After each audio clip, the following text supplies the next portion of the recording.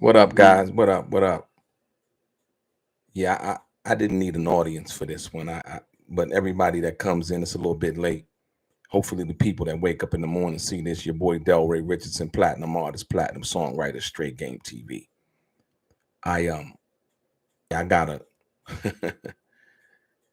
I don't know if y'all reading between the lines, man, but I know a lot of people. Like I said, once again, like Pac said, I don't want nobody to go to jail for nothing that they did, right? For something that they didn't do, you know what I mean, or anything like that, you know. But I know me personally, I wouldn't want to, be demonized and vilified, for something that I didn't do in that manner. Like I said before, Outlaw 24 was happening. The Cassie lawsuit was what that was. We can all agree to that Cassie had a lawsuit that was viable, that was believable. A lot of the stuff that she was saying in the lawsuit was plausible, right? But just recently, Little Rod filed a um, declaration uh, to the court, if you will, an unsworn declaration, if you will. Little Rod filed an unsworn declaration with the court, basically saying again what he said in the initial filing, if you will. He's basically making the same claims that made in the initial filing in this unsworn declaration, basically to bolster his credibility, if you will. Because, like I said, from what's been happening in the recent lawsuit by his attorney, Mr. Blackburn, in relation to this young lady now suing his Sean P. Diddy Combs' son, Christian Combs, right? It's kind of looking like a money grab, if you will. Um, but this is the thing that just got it was admitted, and people don't really read. They just kind of go over the internet, and a lot of people don't read, should I say. You have some people who are very avid readers, but like I said, a lot of people don't read, and what they like to do is they'll go on the internet and hear what the latest gossip is or information is from their favorite YouTuber, if you will, right? But let me give you this, because most people didn't catch this. Now, in Little Rod's first filing, he was basically claiming that, it was these underage girls, and the underage girls were given alcohol. And he basically reiterates the same thing in this affidavit, if you will, right? But there was something that Little Rod admitted in this declaration that caught my eye. And basically, what Little Rod said was, and I'm going to read it, so that you understand where I'm coming from. He said, and this was just last year, there's actually a video online of this party. I think it was the party where Diddy had like the big bed in his backyard. It was like a big blown up bed, if you will, right? Um, he said, for example, on July 2nd, 2023, Mr. Combs had a listening party in his California home. There was a lot of people present at the party, including Chris Brown, Justin Combs, uh, sex workers, and some underage girls. Justin Combs would typically bring the younger women to these parties. I have two videos of two different sex workers that Justin Combs brought with him to Chalice Recording Studios. I can provide the videos to the court. Now, first off, I want to say is that Little Rod just admitted in his declaration, which I don't really think was written by him. It was written by a lawyer, and I can tell basically how it's written, um, with the information that he provided to his attorney. What people are not really paying attention to is Little Rod admits that Justin Combs, like I told y'all before, Sean P. Diddy Combs has younger children. He has two twin daughters, Justin Combs, Christian Combs, and I don't know the rest of his kids' names, but um, Sean P. Diddy Combs' his grandfather, right? Well, you have to understand that I'm not speaking to the innocence or the guilt of Sean P. Diddy Combs. All I'm saying is this: Little Rod now admits that because in the first in the first filing of the lawsuit, they try to make it seem like um, P Diddy was bringing like young girls to the party and providing them with alcohol and this, that, and the other. You know what I mean? The salaciousness of it, the undertones, or should I say, the overtones of it, it was basically that. Now in this declaration that's being filed, it is now being admitted that, oh, Justin Combs would typically bring the younger women to these parties. Now, why would that be? Because Justin Combs is a young man. So he would have friends that he probably went to school with, was cool with. My daddy having a listening party over the house tonight. You know what I mean? Y'all want to come over? I think Chris Brown gonna be there, whatever. And you bring your friends to the party. There's nothing nefarious going on with that. You understand what I'm saying? So, in clarifying everything up, if you will, I believe now that the credibility of Little Rod has been tested, and people are kind of seeing with this latest lawsuit with the young lady that it's like, hold on, man. This ain't really about what, people, or what we thought it was about from the beginning. And then in this filing, he said, I have two videos of two different sex workers that Justin Combs brought with him to Chalice Studio. Now, Little Rod saying that Justin Combs brought the sex workers. Remember, it was first, Diddy, sex workers, sex trafficking, sex doing all of this, that, and the other, right? Now, in this declaration, or better yet, affidavit, Little Rod is now admitting, right, that I have two videos of two different sex workers that Justin Combs brought with him to Chalice Recording Studios. I can provide those videos to the court. Pause. First of all, you got to prove that they're sex workers. And from what we understand so far, it was a amended filing in from the initial complaint that they filed, and then they added 50 Cent's baby mama, some other young lady in there that was seen with P. Diddy kissing at some other time, and a few other young ladies. Right now, do I think by the appearance of it that 50 Cent baby mama, after him having a child by her, she's a sex worker? No, I don't. By all appearances, in the video where we see Sean P. Diddy Combs holding her hand at some pool, beach, or whatever it is, that she appears to be a sex worker. No, it doesn't. Right? And then you've had people like her basically saying, hey, you know what?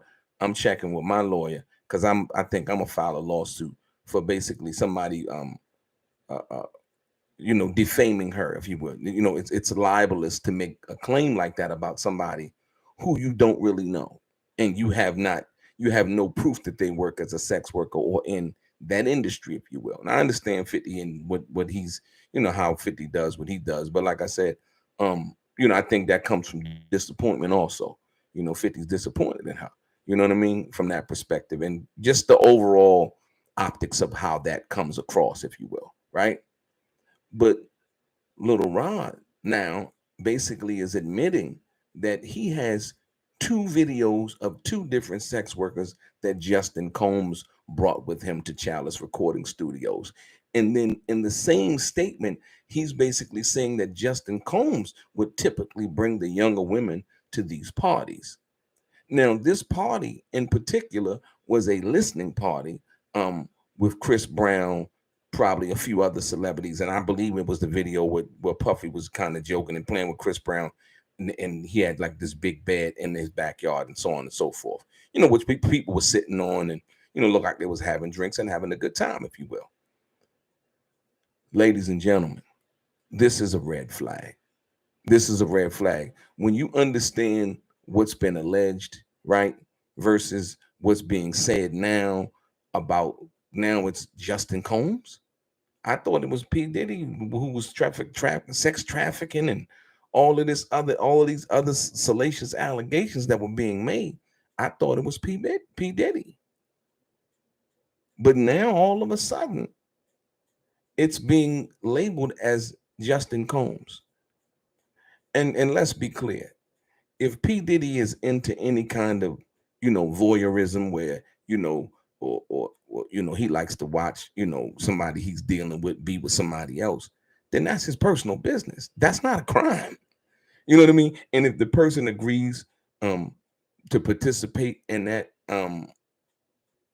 activity, that's on them. That's not for somebody to come out and then say now all of a sudden like, oh, well, I seen this at his house and I seen him doing this and they was doing drugs and they was doing all of this. I mean, that's tantamount to like you saw something and now something, you have a problem with somebody. Now I'm gonna tell everything you do. You know what I mean? I'm gonna tell, how you be having parties and so on and so forth. But once again, this is a sworn declaration in the court in where Little Rod admits, basically, right? For example, on July 2nd, 2023, Mr. Combs had a listening party in his California home where there were a lot of people present at this party. Yeah, we seen it online, you know, including Chris Brown, right? We seen that online, Justin Combs. So they basically went to Lil Rod and said, yo, this party right here, Chris Brown, you was at the party. So what happened? You know what I mean? And but no specific details as to what happened at that party. And once again, they make this allegation of there being sex workers and some underage girls. Number one, how do they know that these girls are sex workers? Number two, how do they know some of the girls are underage, right? Unless you're going around asking for ID, right?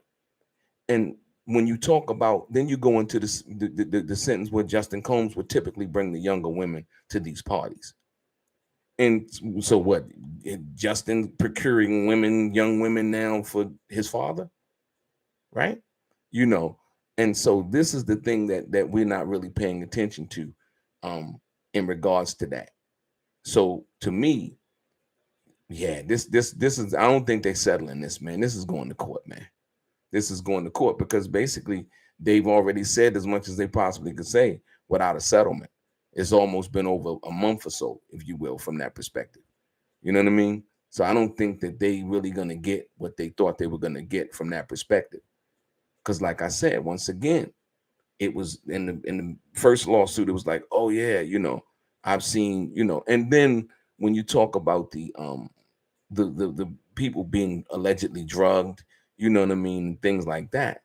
It's like, well, was Sean P. Diddy Combs going around handing out drinks? Because now it's being said that Justin Combs would typically bring the younger women to these parties, and that Justin Combs brought sex workers uh, to childless recording studios. You know, but once again, proving that they're sex workers. Like to make the allegation that 50 Cent baby mama's a sex worker, it adds doubt all across the board as to the sex worker claim, as to the sex trafficking. Come on, man. This is not pimping and pandering where you got a guy who's trying to get money out of women. This is a guy, from what they're alleging, who was giving money to women, um, or taking care of women, if you will, from that perspective. From what they're saying, we don't really know, but from what they're saying, right? And then it goes on to say when you he basically in this new affidavit, Lil Rod is basically reiterating and saying the same thing that he said in the initial filing to try to bolster his credibility. I mean, you don't really have to keep repeating yourself if what you said the first time had some kind of truth to it, right? Um, and so, you know, he starts to talk about when the event began. This event began at 7 p.m. Mr. Cohn requested female sex workers and required me to solicit them. What? Solicit them for what? Come on, man. I mean, come on. I'm confused. I'm confused now. So it said the event, the party that he's talking about that Chris Brown was at, began at 7 p.m. Mr. Combs requested female sex workers, right? I don't know how Little Rob would know that, and required me to solicit them. And An hour later, several sex workers appeared, right? In addition to sex workers, there were at least 5 women in the crowd who appeared to be under the age of 16. Y'all get it? Y'all get it?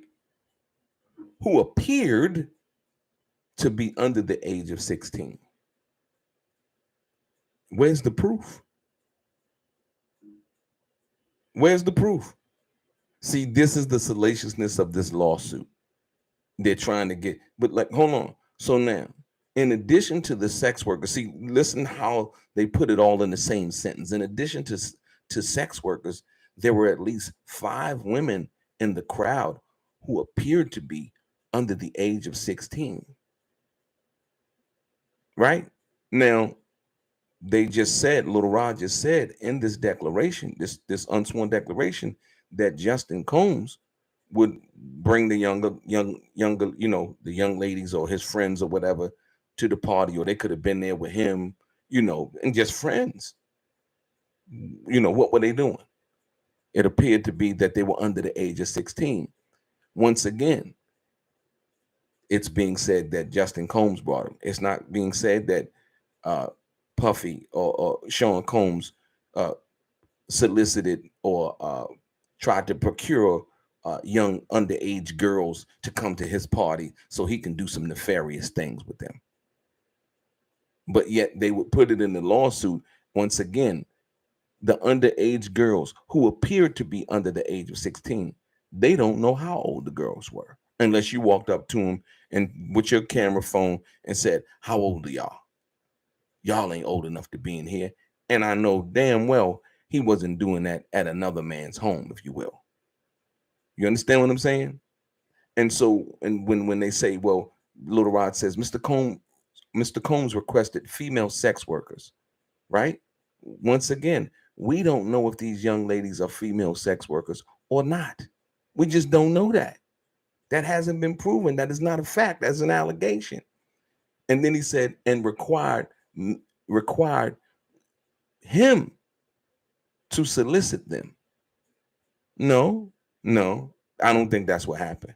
I think that there were girls at the party and be like, Puffy Brother was like, yo, go ahead. It's all good. You know what I mean? Now, whatever he had, whether he was going to take one of the girls to one of the rooms that had cameras in it and that they were going to watch later on or record it or whatever, that may have or may have not been something that was going to happen. We don't know. Right? And so, like I said, once again, getting into the sentence where it says, in addition to sex workers, there were at least 5 women in the crowd who appeared to be, they don't know, under the age of 16. You could be with somebody and they appear to be young or look young, and somebody could say he was with a young girl and man, she looked real young, didn't she? And people can assume or make alleged comments or accusations about something that they really don't know, right? Then he goes on to say, Mr. Combs forced under what gunpoint, under what forced all the attendees to drink lace daily on liquor. What? How do you know it was laced? No, seriously though, because I'm getting to the point where he forced all of the attendees, including Chris Brown, to drink lace daily on liquor. I believe, I don't know. I believe Mr. Combs laced the liquor with ecstasy. Now, there is no proof. Where is the proof? Where is the chemical investigation or the test to see that something was laced with ecstasy or any other drug? I'm not saying that it didn't happen, but I'm saying in order to make these accusations, somebody's going to need proof. Now, he said he had a video of Justin Combs bringing 2 alleged sex workers to the studio, right? We still don't know if they're sex workers yet, right? Then he said, I believe Mr. Combs forced all attendees to drink lace daily on liquor. I believe Mr. Combs laced the liquor with ecstasy. Because what? He saw him do it? Or is this another salacious allegation that is, trying to make Sean Combs look bad? Once again, I'm not talking about the innocence or guilt of Sean Combs. I'm talking about the proof. Somebody can say anything. People can say anything about anybody. It does not have to be true. Even if you don't like them personally, because you just don't like them, you don't agree with them. Like I said, once again, in relation to the Tupac situation, where Keefe D said that he met with Sean Combs and blah blah blah. I believe that happened.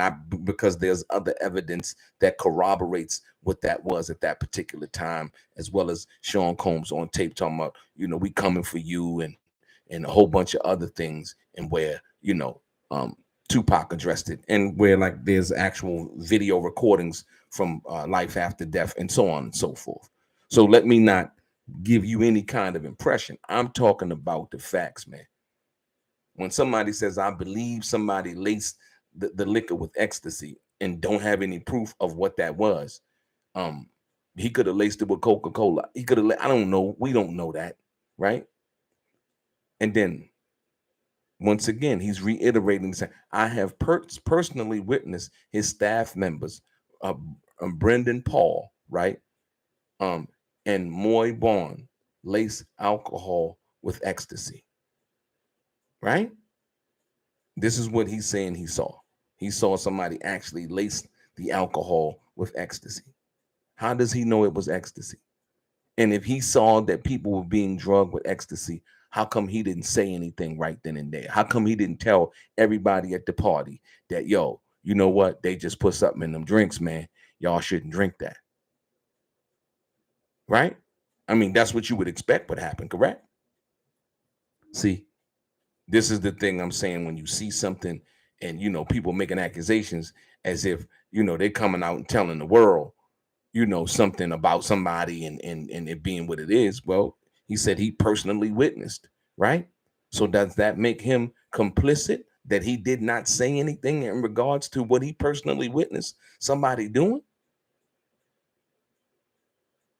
Little Rod just said in his affidavit that he personally witnessed Brendan Paul and Moy Bond lace alcohol with ecstasy, right?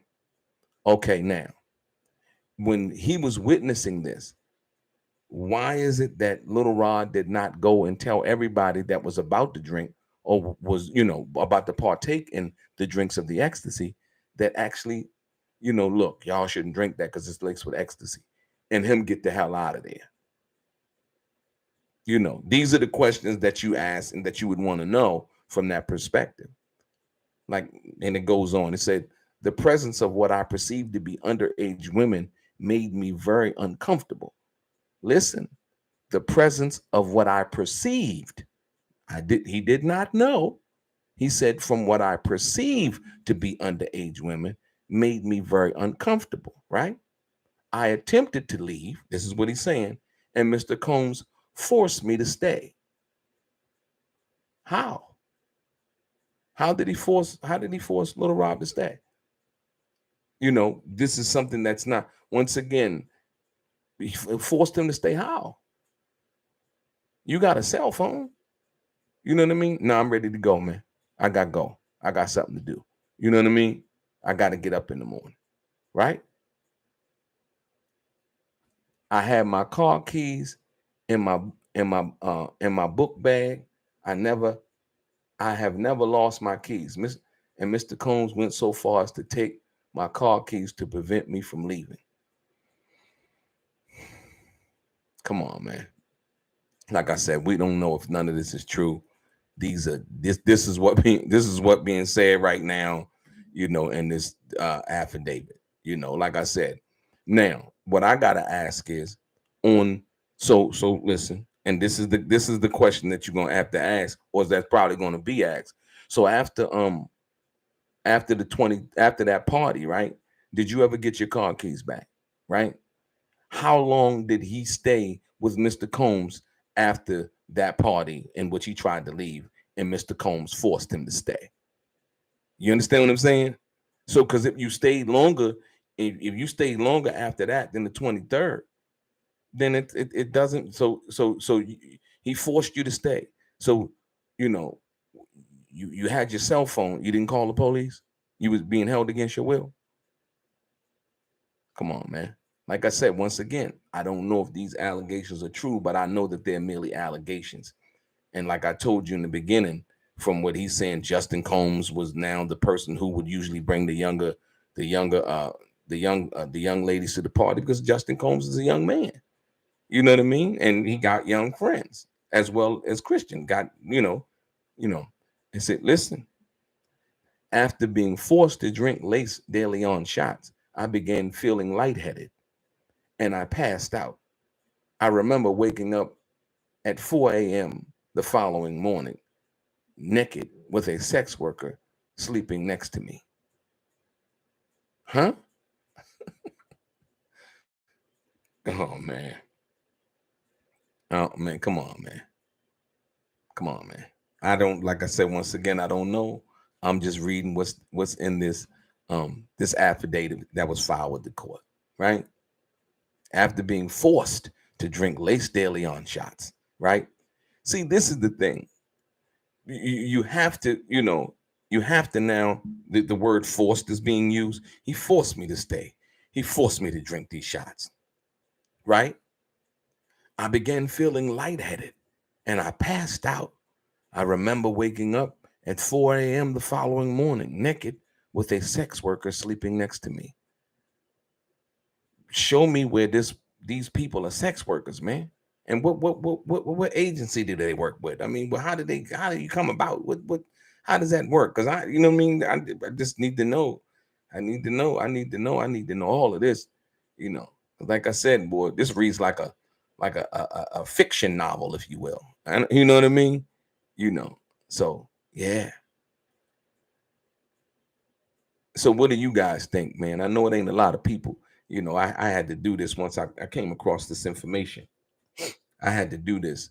And so from that perspective, you know, it's kind of ironic to me. Then he goes on to say, on February 2nd, 2023, I believe Mr. Combs drugged me. I remember waking up naked, dizzy, and confused. Right? I was in the bed with two sex workers and Mr. Combs. I also recall aimlessly wandering around the house with no clothes on. I have photos of sex workers sleeping on the bed the morning after. I can provide it to the court if necessary. What? On February 2nd, 2023, I believe he don't know if he was drugged or not, right? I believe Mr. Combs drugged me. Pause. Pause. Pause. Pause. The timeline, ladies and gentlemen, does not add up. Remember, he started off in July, right? Was that June or July? Earlier, what I said, right? And he's basically saying that that time, right? He was allegedly drugged again, right? Listen to me.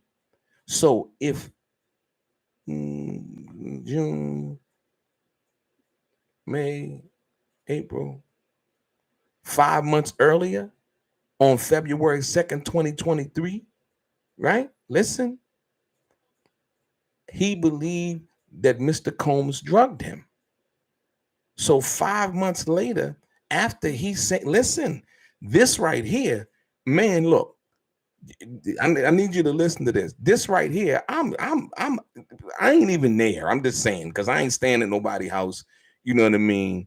Yeah, I just ain't, I'm not comfortable. You can put me at the Days Inn or the Holiday Inn and, pay for that if I'm working on the album. And I'm just not staying at nobody. I just don't feel, I want to be able to have my own space, do what I want to do, and feel like when I go sleep at night, I ain't got to worry about nobody, nothing happening. You know what I mean? Just off a GP, if you will, right?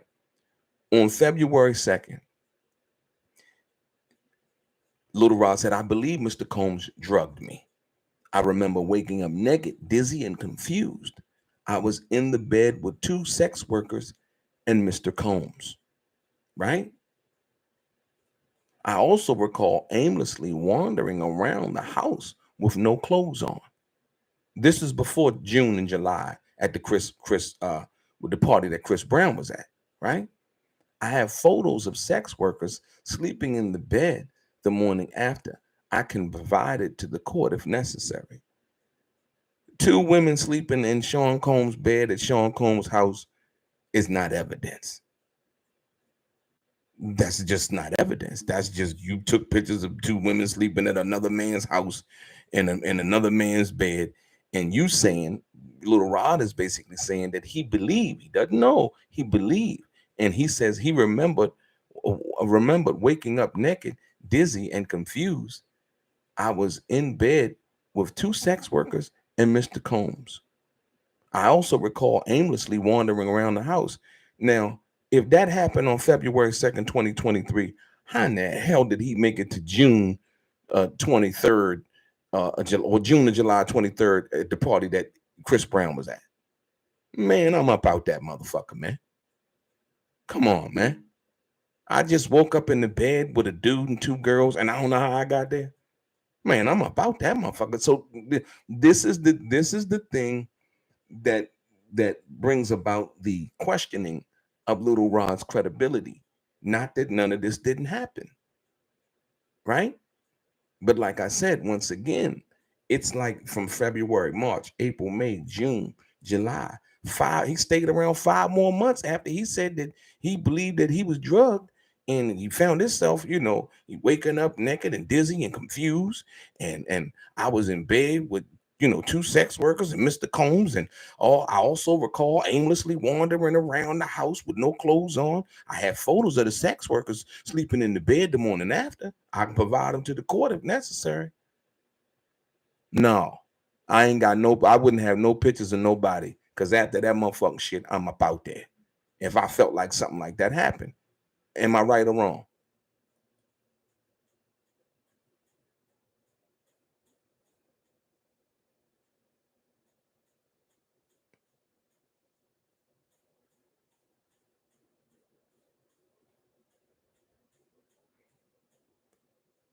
Right. Hey, JJ, am I lying? Kareem Smith, am I lying? Look, man, but you listen, man. You can make any kind of accusation you want, but dude, look, man, if I feel anything wrong, I'm gone. No, man, I got things to do. You know what I mean? I got this appointment tomorrow. I'm gonna come up with something. You know what I mean? No, I got to go, Playboy. And no, I can't stay. Yeah, but I appreciate your hospitality though. You know what I mean? You know. And if anything ever strange other than that happening, then you know what I mean. You got to do what you got to do. You got to get up out there. No, man, you need to open the gate, let me out. You know what I mean? Yeah, I got to go. But evidently, Lil Rod said he thought that he should stay 5 more months to be drugged again, to be witnessing the people putting in ecstasy and drinks again and not saying nothing. Do you understand what I'm saying? How can you witness somebody putting ecstasy in drinks and not tell anybody that's about to drink those drinks? That makes you complicit. You have knowledge, you have foresight and knowledge of what's about to happen, right? You know, um, so when that takes place, it does it just done. There's none of this even pans out right. You can take the February from February to July, and you can look at that and say, nah, listen, Mr. Combs promised me many things to entice me to continue engaging in his sex trafficking operation. This is not a sex trafficking operation, y'all. This is you got some girls, that come to the house. They know Diddy loaded. He got money, whether he was, making sure they was cool, taking account, whatever it was, right? You know. But this is the thing. Listen to this. Mr. Combs promised me many things. So basically, Little Rod saying that he was there for the things. He promised me many things to entice me to continue engaging. Hold on. So once he had knowledge of that he was engaging in these things in February, and then to go into, be there still until June or July, right?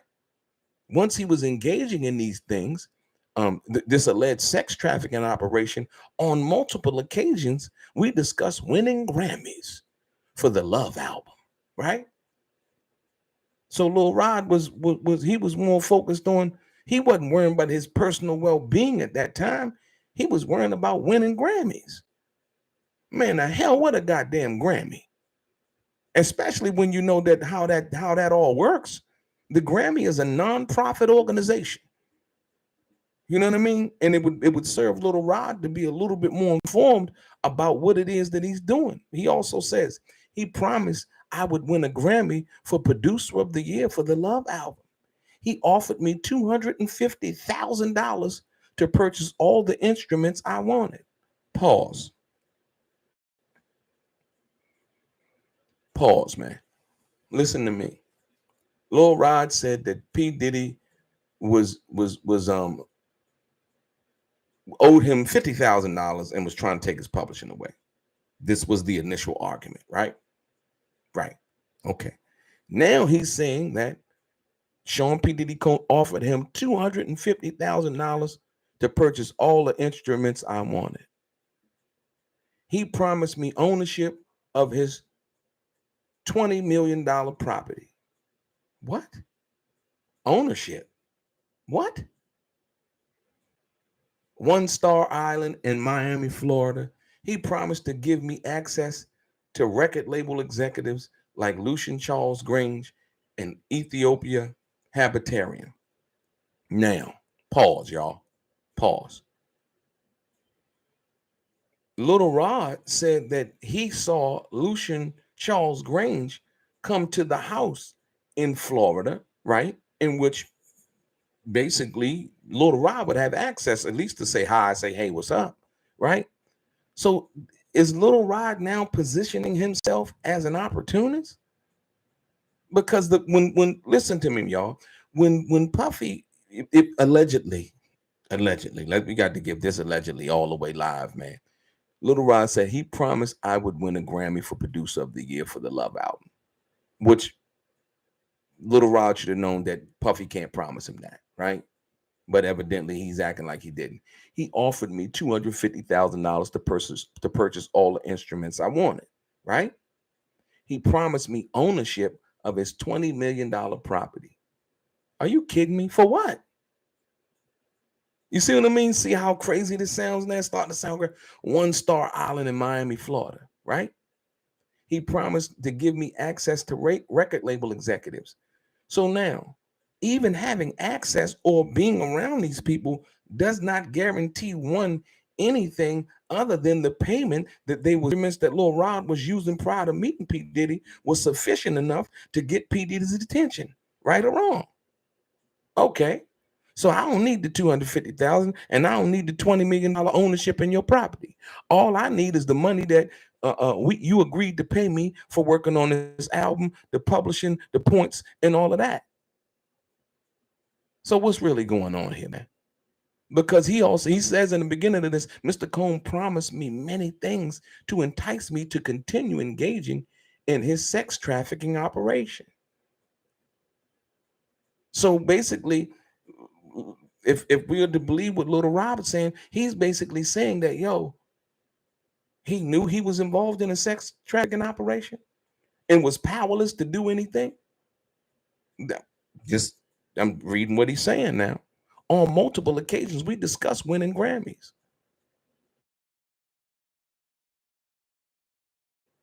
and all of these other things than he was about his personal safety. This is amazing, man. This is from the actual affidavit that Little Rob submitted to the court the other day. And if you ask me, it was basically to bolster his credibility. But at this particular time, it does